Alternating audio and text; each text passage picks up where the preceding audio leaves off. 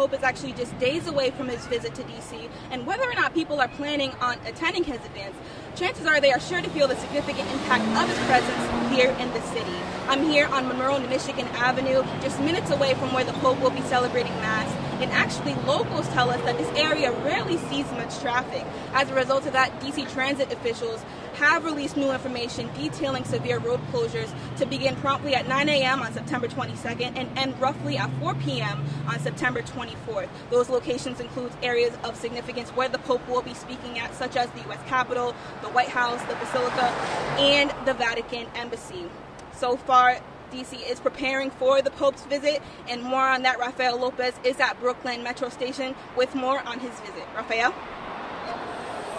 Hey, good evening, Shaynah. That is correct. I'm standing right here at the Brooklyn Metro Station, Northeast DC. This is a red line metro station, and I would say the epicenter of what is going to be a very congested day come time Pope Francis is here in the district. That's because we're just a couple of minutes from the National Basilica where the Mass will be celebrated. Now, Metro is saying that this metro station usually only has about 5,000 people per hour, but those numbers are expected to quadruple, about 50,000 people per hour expected to walk in and out of this metro station. 25,000 people, though, receive tickets to attend this Mass. Now, it's going to be really interesting because there is a concert taking place the same day, a Nationals game also taking place. So it's going to be very interesting to see the influx of crowds in and out of metro stations across the district, Gallery Place, Metro Center, DuPont Circle,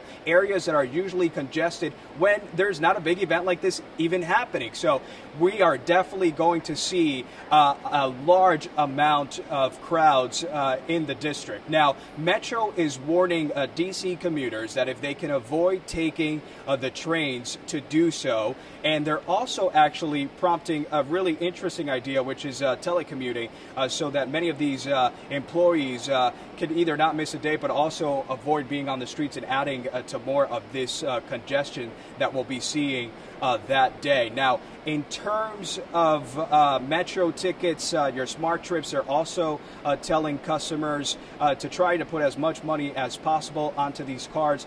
That way you can avoid standing in lines for a good amount of time. So definitely follow those instructions, and we'll have more of those instructions actually on our website.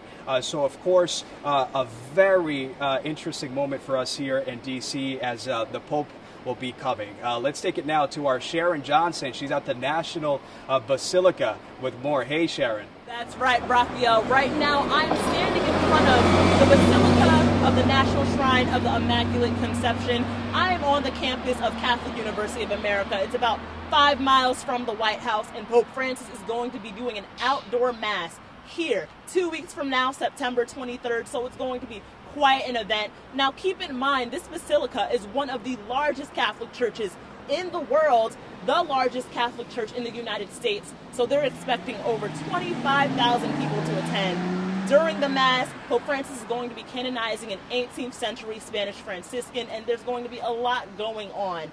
Also, while he's in the city, he's going to be visiting the White House. He's going to be addressing Congress, visiting other churches.